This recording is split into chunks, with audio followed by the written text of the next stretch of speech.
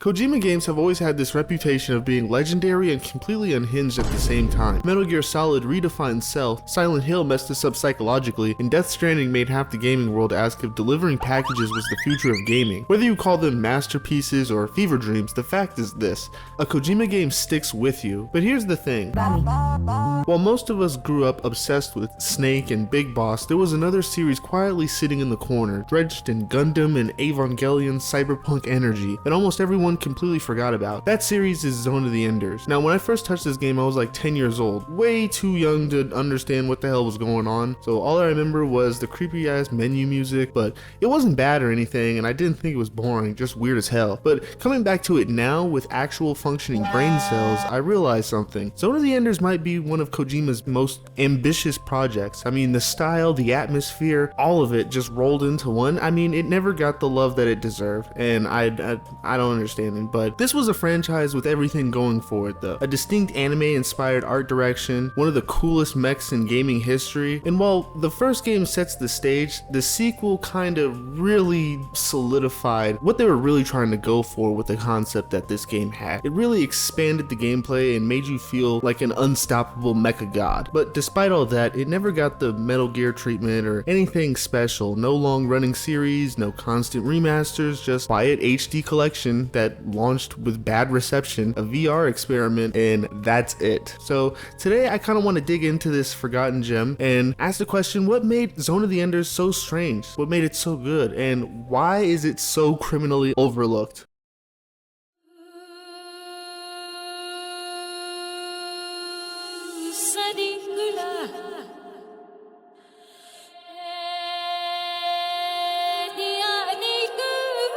So the story goes like this. Zone of the Enders begins on a space colony orbiting Jupiter, where the people living there are suddenly caught in the middle of a violent attack by a military group called Bahram. In the chaos, a boy named Leo Steinbuck stumbles into a hangar and discovers Jehudi, an experimental orbital frame designed for battle.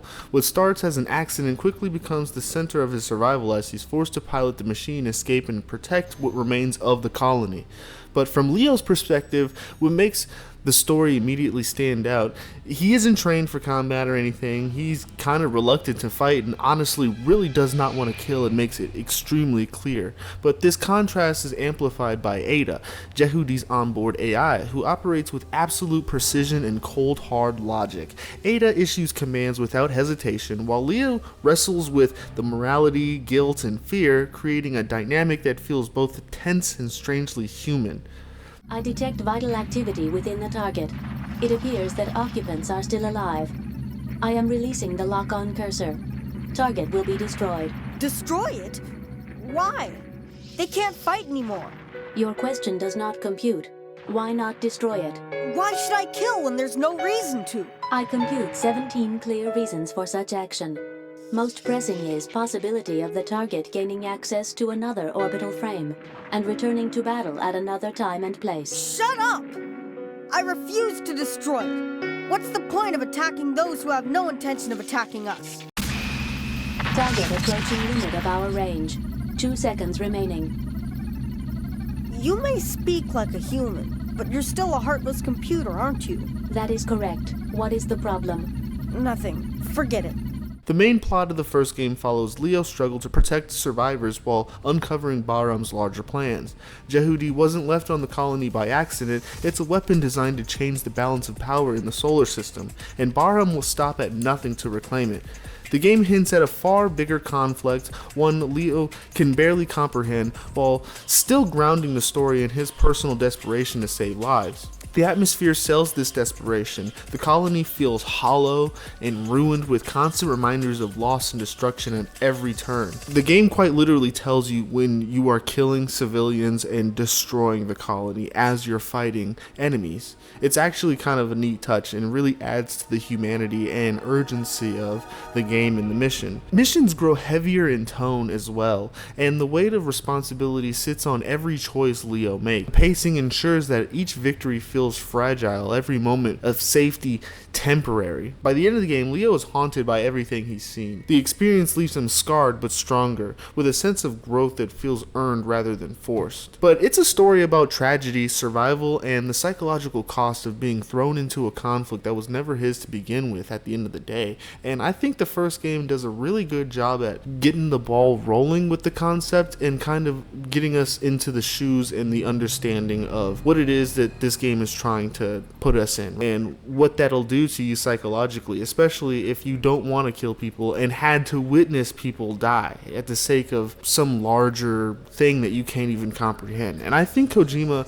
and Konami they did a really good job at encapsulating what that was supposed to mean for the player and how it's portrayed in game. Not to mention the art style is just phenomenal, and the concept art, if you look at the concept art and the in-game models and such, the resemblance is almost uncanny, and I think they did a really good job at encapsulating what the concept art was supposed to be going for. The story isn't really that deep or anything. It's supposed to be, but I mean, it kind of comes off as a little vague and confusing at first, but once you play through it twice, you really start to like understand what's going on and why things are going on the way that they are. The first time, it's honestly pretty confusing, and it is exactly that. It's kind of like a fever dream. You kind of just start and they throw you in this mech suit and you just kind of have to figure it out. Moving on to the gameplay and the combat, which honestly is the best part of this game and this series. It's honestly the only thing that, like, it's really the backbone of the series, to be completely honest. When Zone of the Enders first released in 2001, the one thing that immediately stood out was how it played. At a time when most mecha games were about slow, heavy movements, Zone of the Enders went in the complete opposite direction. From the moment you step into Jehudi's cockpit, pun intended, the game makes speed and fluidity the centerpiece of its design. You're not dragging around a bulky machine, you're moving with precision, and the game honestly makes you feel like you have complete control of Jehudi, dashing across the arenas, strafing enemies, and gliding vertically with a level of control that felt revolutionary, especially on the PS2. The controls were built around making every action seamless. A single button could shift you from melee to ranged combat, chaining attacks together in a way that felt natural instead of forced. Jehudi's sword swings carried weight but never slowed you down, and switching to homing shots or charged beams happened instantly. Close range slashes flowed into long range barrages, and evasive maneuvers could be worked into combos without breaking the rhythm of the action. This smooth blend of offense and defense made combat feel more like choreography than mechanic, and everything seemed and looked extremely fluid, which honestly plays into the inspiration that they were looking for and the concept that they were going for. I mean, a lot of this is inspired by, old 90s mecha anime, and if you watch any of those classic, Neon Genesis, Gundam, any of the classics, you'll notice that it's extremely spectacular and fluid, and I think that's what they were trying to go for. One that kind of made you feel like you were actually in a Gundam anime or Neon Genesis. Sub-weapons added more depth to the arsenal though. Beyond Jehudi's standard blade and homing shots, players could unlock tools like energy spears, decoys, and laser cannons like Geyser, a javelin, etc. Some encounters even push you to experiment, forcing you to think beyond simple slashes and shots. The inclusion of sub-weapons gave the combat a layer of strategy that kept it from becoming completely repetitive and too stale and dull. The environments themselves also played a pretty big role in the gameplay. Buildings could collapse under fire and debris could become part of the chaos. Even though the level design wasn't expansive, the ability to move freely in every direction made the arenas feel dynamic. But that said, the gameplay wasn't perfect. The first game struggled with repetition. Many missions boiled down to entering a new area, clearing out enemy squads, and moving on. That's really it. Escort and defense missions could be frustrating, especially when friendly units were fragile and easy to lose. The lock-on system, while functional, sometimes felt sticky, making it harder to track enemies in chaotic skirmishes and in high intense fast-paced camera movements and such. As stylish as the combat looked, the short length of the campaign meant players didn't really feel like they had enough time to fully explore Jehudi's potential. Even with those flaws, the first game's gameplay is what gave Zone of the Enders its identity. The fast movement, fluid transitions between melee and ranged combat, and anime-inspired spectacle created something completely different from the mech titles people were used to at the time. It may not have had the polish or the content of its sequel, but in 2001, Zone of the Enders felt like a glimpse of what mecha combat could look like if it embraced speed, style, and fluidity over realism and weight. Zone of the Enders builds a universe that feels vast and layered. Even though the series only had 2 mainline entries, the story is set in the late 22nd century, during an era when humanity has expanded into space, constructing colonies on Mars and orbiting settlements near Jupiter. That expansion comes with conflict, of course. Earth maintains control over the colonies, treating them as dependent outposts and exploiting their resources, treating the people that live there as garbage, and often dismissing them and referring to them as enders. They live under constant political and economic tension, fueling resentment that eventually sparks into organized resistance. Central to this conflict is the discovery of Metatron, a powerful mineral found on Jupiter's moon, Callisto. Its energy output is far beyond anything conventional technology could produce. With it, humans build colonies, advanced weapons research, and most importantly, created the machines that define the series, orbital frames. These mechs are more advanced than standard LEVs, capable of speed, agility, and destructive power that completely reshape the balance of war. Among these frames, Jehudi stands out as one of the most advanced ones. Sleek in design and devastating in battle, it represents the peak of Earth's research into Metatron technology. But what sets Jehudi apart is Ada, the onboard and artificial intelligence that not only manages the frame's systems, but also interacts directly with its pilot. Ada's calculating demeanor contrasts sharply with the emotions of those who pilot Jehudi, creating a strange but compelling partnership that defines much of the narrative. Opposing Jehudi is Anubis, its twin and counterpart. Built using the same Metatron technology but entrusted to Bahram, it surpasses Jehudi in raw power. Piloted by Noman, one of Baham's most ruthless commanders, Anubis becomes the face of the Martian rebellion's military might. The conflict between Jehudi and Anubis is both personal and political, reflecting the struggle between Earth's control and Mars' demand for independence. The wider universe surrounding these machines is steeped in politics and unrest. Colonists live under strict Earth authority, their resentment growing with each generation. Bahram rises out of that frustration, presenting itself as a liberating force, though its methods quickly reveal the same authoritarian streak it opposes. This constant push and pull between oppression and rebellion sets the backdrop for both games, shaping the motivations of every character caught in the middle. What makes the lore memorable is the way it frames large-scale conflict through smaller perspectives. The first game keeps the player grounded in Leo's struggle in a single colony, revealing pieces of a larger war through conversations, briefings, and background details. As I mentioned earlier, most of the game is really vague and you kind of don't learn anything or you don't get any exposition. It's a lot of contextual information that you get as you play and, talk to people and whatnot. The second game expands that lens though, showing how Jehudi fits into war that stretches across the solar system. Together they create a sense of scale that feels both personal and epic, always hinting at the larger machinery of politics and war moving just beyond the player's view. Zone of the Enders launched in 2001 on the PlayStation 2, and at first glance it looked like a success story. The game sold strongly out of the gate, moving several 100,000 copies worldwide within its first year. But then there's a catch everyone remembers. Those numbers were inflated by Metal Gear Solid 2 Sons of Liberty demo disc that came bundled with every copy. At the time, hype for MGS2 was at a fever pitch at its peak, and many players picked up Zone of the Enders just to get a taste of the sequel, Kojima's stealth masterpiece. But that doesn't mean that it went completely unnoticed. Critics at the time were divided. The visuals and design of Jehudi got near universal praise, and the fast, fluid combat stood out compared to the clunky mech titles of the late 90s. Reviewers called it stylish, cinematic, and mechanically refreshing, but the goodwill was undercut by the game's short length. Most players could finish it in under 7 hours, and some saw it as a flashy tech demo with a story attached, a proof of concept rather than a fully fleshed out experience. But 2 years later, Zone of the Enders, the second runner, hit shelves in 2003. This was the real showcase though, the game that refined everything the first one set up. It expanded the combat, improved the pacing, and delivered a more ambitious story. But despite glowing reviews, sales didn't follow. Without the safety net of a bundled Metal Gear demo, the sequel underperformed commercially, struggling to find an audience outside of its niche fan base. And when I say niche, I mean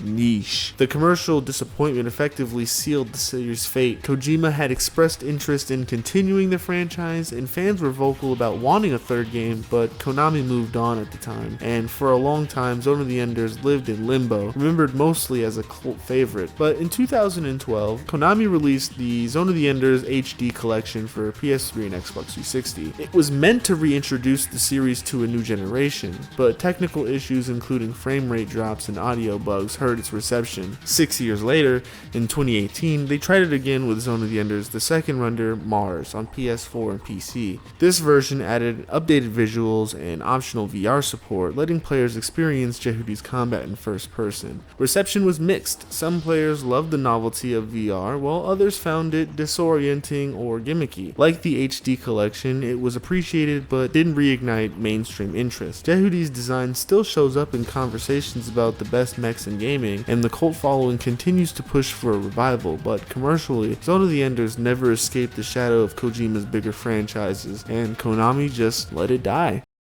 Zone of the Enders 2 is hands down one of my favorite games of all time, and I'm not blinded by nostalgia or anything. I've played this game originally on PS2 as a demo and instantly fell in love with the game. Like I mentioned earlier, the second game is what kicked off my love with this franchise, and I've continually played the game over the years, and at no point have I ever thought that the game was not as good as it was when I first played it as a kid. And there aren't that many games out there that are like that for me, so. Unfortunately though, I never got to play the first game when it came out or as a kid at all either. It wasn't until I got the HD collection that I finally played the first game, but nonetheless, the second game is by far more polished and finished than the first game by every metric. But that being said, the second game is also completely different in its presentation as well. Where the first game had fully 3D rendered cutscenes, the second game has those, but most of the game is in dialogue boxes and literal anime cutscenes. It sounds like it would be a lot to pay attention to, but honestly, given how good Kojima is at storytelling, it's definitely way more fitting for this type of game instead of the abysmal 3D rendered character models of the first game. This game isn't without flaws or anything. It's not like it's completely perfect or anything either, and I know I'm putting it on a pedestal, but it's not perfect either. We'll get into all that stuff later because I have a lot to talk about with this game, but first I want to kind of start with the story. Also, if you made it this far, I really appreciate it. Also, consider leaving a like if you enjoyed, and subscribe so I can continue making these kinds of videos for you guys. But that being said, let's continue on. 2 years have passed. The first conflict has ended, but its echoes still haunt the outer colonies. Mars has been reshaped, human ambition stretched into space, and the energy mineral Metatron has emerged as the fuel and substance behind everything from infrastructure to war machines like the orbital frames. Among the icy moons of Jupiter's system, life still claws forward, and it's in one such moon, Callisto, that our new chapter begins. Just as I mentioned earlier, the first thing that you notice is the lack of 3D rendered character models almost immediately. Another thing you notice right off the bat is the story feels like it's independent from the first game, and this game is the beginning of something new, almost like this is the first game and the actual first game is actually a prequel. While the first game has a very tragic and compelling intro and beginning, it doesn't feel as finished and thought out as the second game's introduction. Also, another thing you'll notice is the writing and dialogue. I feel like it was almost intentional, but I swear to God the writing should not be this funny. Dingo is an absolute dick, and I love it. Some of his responses are so tone deaf and crass that you just can't help but laugh. Danger if we stay here wasting time talking. It's hard for a dead man to understand. You are still alive. So what? Because it's so off-putting and random for a character to be written this way, especially in contrast with Leo, who is rather pure of heart. And Leo lost his homies too, so he has just as much of a reason as Dingo to be a dick, and isn't. Dingo Egret is not a soldier, he is an ice miner, hauling rock and drifting through silence, but when his drill strikes a strange disturbance, he uncovers something far beyond his daily grind. Jehudi, the orbital frame that vanished at the end of the first game. With that discovery, everything for Dingo at this point changes. Bahram forces swoop in, intending to reclaim the frame. In the chaos, Dingo is forced into the cockpit. Amid laser fire and collapsing structures, he fights his way toward the enemy ship. He clashes with Nephthys, a frame controlled by an AI modeled after Viola's fighting style, only to be overpowered by Anubis, a somewhat new frame under the command of a man named Nomen. When Dingo refuses Nomen's offer to rejoin Bahram, he's shot. Left for dead, he's recovered, placed into Jehudi itself. Ken Marineris, a pilot he's fought earlier, revives him, attaching his body to Jehudi's system so that separation separation equals death. Ken claims to be a Space Force spy, and Dingo is thrust into a forced alliance. He has no choice but to move forward. Now, there's a lot to unpack in the introduction, as a bunch of stuff was shown and omitted to the story, and it's definitely a lot to take in at first. So first off, I want to give more context about Dingo and his association with Nomen. The game really only gives you a little bit of information about our new runner Dingo, but in his past he was regarded as the ace of Squadron 03 and even served as a member of Baram. He piloted an advanced Lev alongside his former comrades as a unit, and one we had the misfortune of meeting in the first game, that was Viola, and the other was Nomen. Not much is given about Dingo, but he is betrayed by Nomen and Baram and is presumed dead. He then lives his days after the incident quietly and as an ice miner, piloting what can be considered as a moving soda can. So that's why it seems like they all know each other, and why the scene after Nomen beats Dingo from fighting Nephthys, Viola's AI, they just all kind of started talking to each other after. It's also why Nomen didn't hesitate to shoot Dingo, almost as a way to kind of like finish the job from the past they shared. The girl that saved Dingo, Ken Marineris, she's also a runner of the frame Arjet that we fought earlier. She hooks him up to life support inside Jehudi's frame, making it so that he can't leave without dying, and he actually tests this out too because he did not believe her. But not much is given about her at all. All we know so far is that she claims to be a spy for the Space Force and that she has similar motives and saved our life, and that's really it. Dingo's relationship also serves as a meter for how much he trusts her and everyone else, really. Trust is a big thing for him, by the way. But don't worry, I'm gonna go over what the hell a Baram is and the Space Force and their roles in this franchise, as I know I just kind of glossed over a lot of stuff, so I'm gonna go over all the big name stuff. But moving on, they head to Mars, hoping to contest Baram's dominance. There, Dingo confronts Leo from the first game. He's in the second game, now piloting a new frame called Vic Viper. In their tense clash, Leo demands that Dingo leave Jehudi, understandably, but upon hearing about Dingo's situation, he realizes that it's not really much of his choice either. Leo relents, recognizing that Dingo is captive to Jehudi now. He also tells Dingo about the program that's built into Ada, the self-destruct program that acts as a safeguard from being brought to Alman. As their path moves forward, Dingo fights Nephthys again. Its programming infiltrates Arjet, the frame that Ken pilots, forcing Dingo to disable it so that he can purge the virus. And for some reason, Ken, I don't know why she can't pilot her own frame without the use of AI, but I mean, she's brain rotted. Shame on you, yet you're always bragging to me. Dingo! Just say. Ken climbs into Jehudi, giving them both a chance to advance together. They seek out Lloyd, a scientist who once stood for Dingo, hoping he could upgrade Jehudi. During the upgrade, Nomen attacks. Dingo escapes while Lloyd is killed, and Ken is forced to stay behind under the rubble. Ken's true motives unravel, and it turns out she was part of Baram the whole time. Her loyalties are tangled by personal vendettas and betrayals tied to her father's death. But with Leo back at his side, Dingo and Ken push forward to Alman, the hidden stronghold. Nomen cripples Jehudi and escapes, leaving the facility in ruins. Ken reveals that the real Alman lives on Phobos, Mars' moon. They enter compressed space, a warp corridor that shortcuts distance, and make their way to Phobos. Dingo and Nomen meet again, locked in a brutal duel. Dingo disables and destroys Anubis, but Nomen activates Alman's core, triggering a collapse. In that moment, Dingo hurls a fragment, part of Anubis, into the core, disrupting the detonation. He and Leo escape just as Phobos begins to fracture. In the aftermath, Dingo's body is failing, but he is still alive.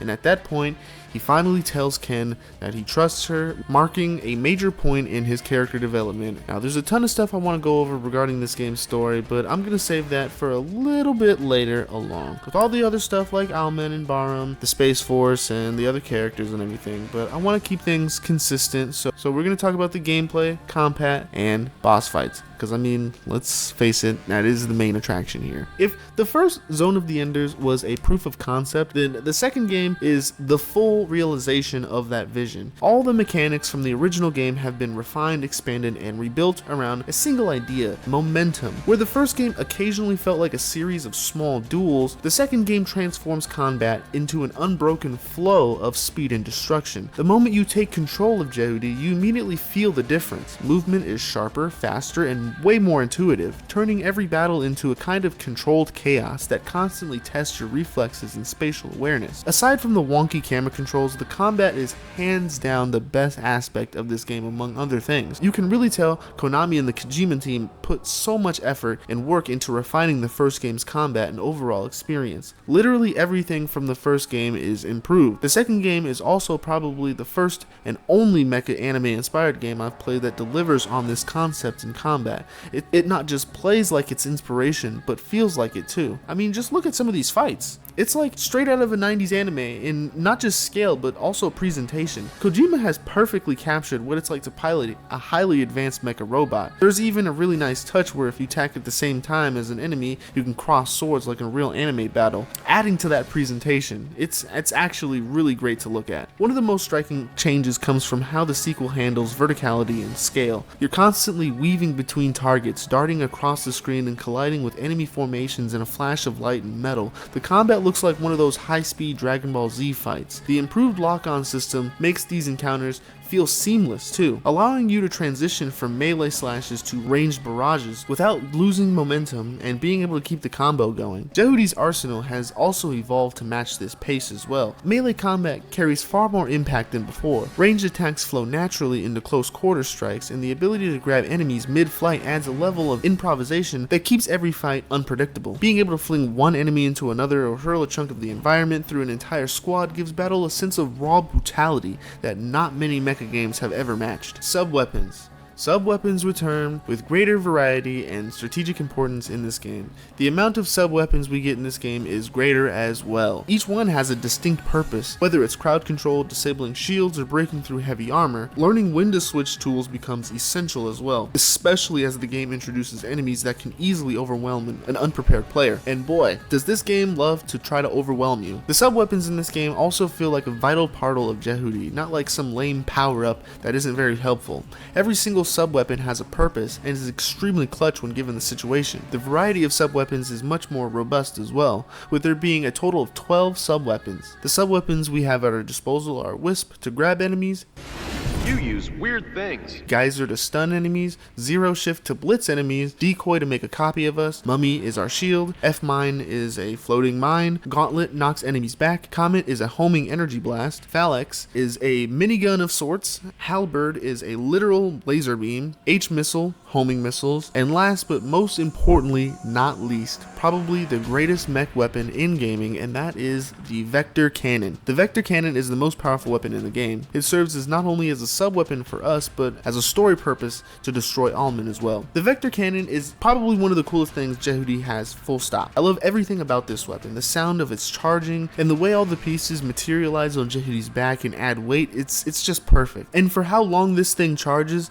it better be the strongest weapon too, because it takes a solid 25 whole seconds to charge and fire this thing. But I absolutely love this sub-weapon. It is just complete badassery. Boss battles. Boss battles stand out as the highlight of this new approach, built around unique mechanics that force you to adapt. Whether you're clashing blades with another orbital frame or dodging projectiles from a ship the size of a city, all the encounters feel like a test of mastery, right? The sequel leans heavily into spectacle, but never at the cost of control. Control is a big part of the experience with this game as well, and they did a fantastic job at making it feel like you have total control over Jehudi, and with only the use of mainly 2 buttons is wild, especially when you realize they did all of this on the original PS2 hardware, so they got it down pat. But boss fights are definitely one of the best aspects of the gameplay experience as a whole. The second game has completely overhauled boss fights so that they're a lot more fun and detailed. The main thing I really like about the boss fights is that long before the Souls games and its clones dominated the market,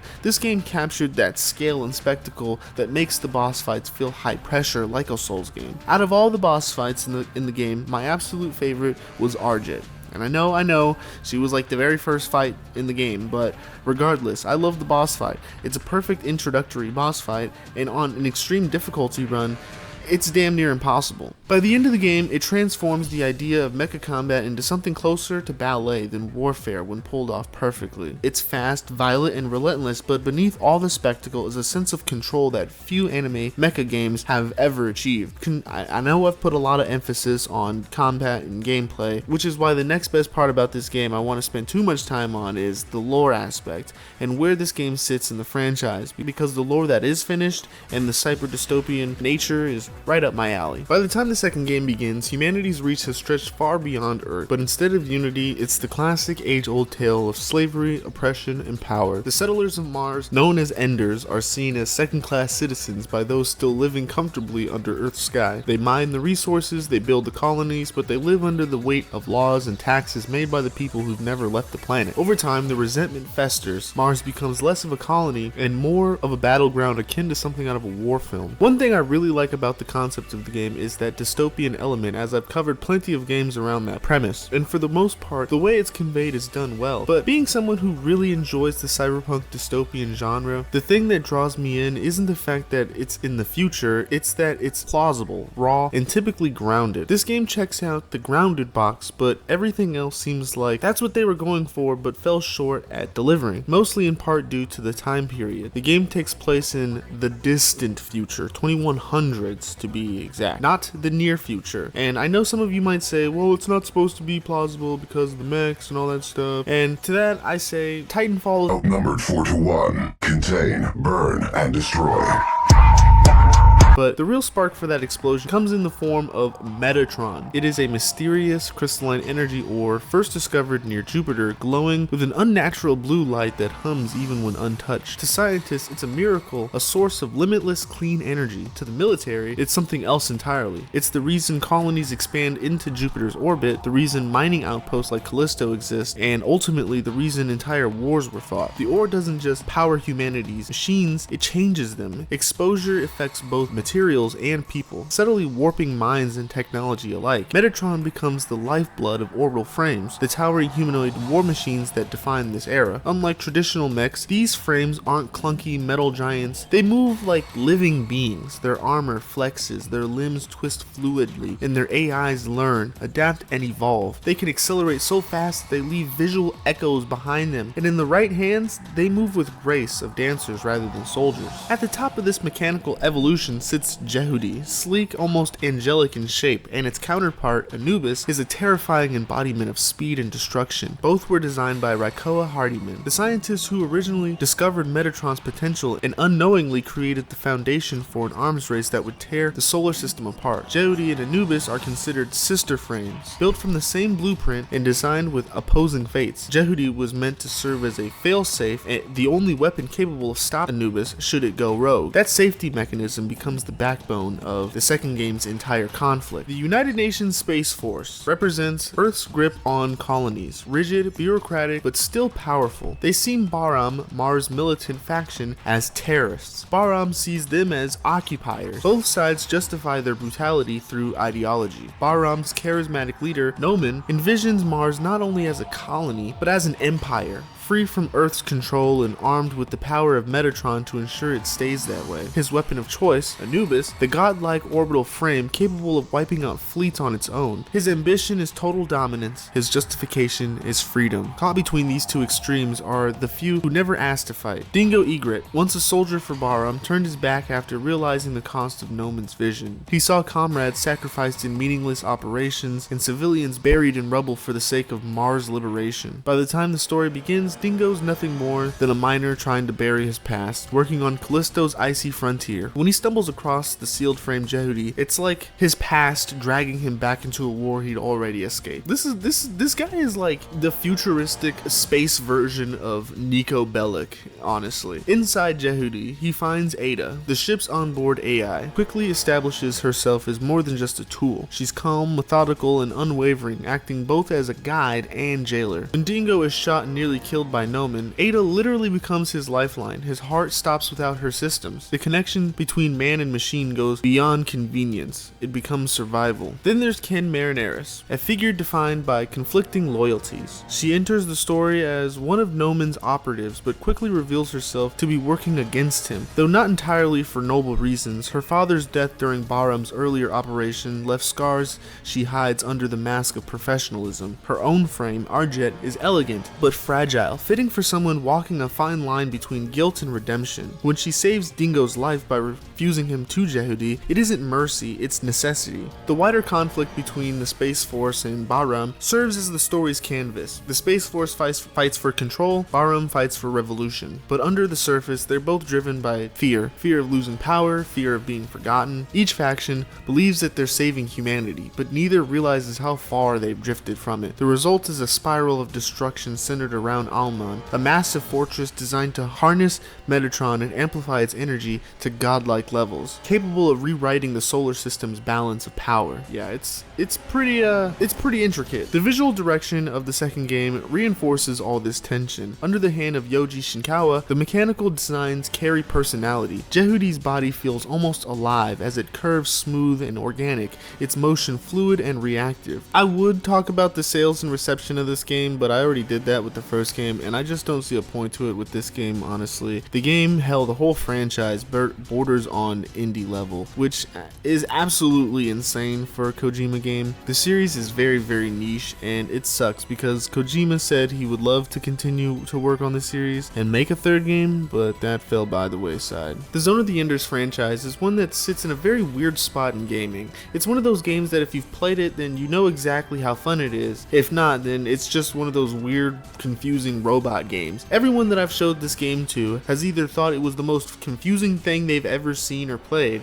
or the most fun thing ever. And I think those two extremes for players is probably what contributed to its death, or at least helped. I think that covers everything I want to talk about with both games. I'm completely aware I didn't go over the OVA or the short-running TV show or the Game Boy game or anything. So with that being the case, I hope you guys enjoyed this deep dive into Kojima's most underrated series that still holds up. It honestly kind of sucks the fate that it took in the end, and I wish that they would bring it back, but we can only hope and dream. Let me know if you remember this game as well, if you had fun playing it or had no idea this game even existed in the comments. Also, if there are any games you guys want me to check out or you'd like to see me cover, comment any suggestions as well. Leave a like and subscribe as it helps me massively continue to make these long videos for you guys. Thanks so much for watching, and I'll see you guys next time.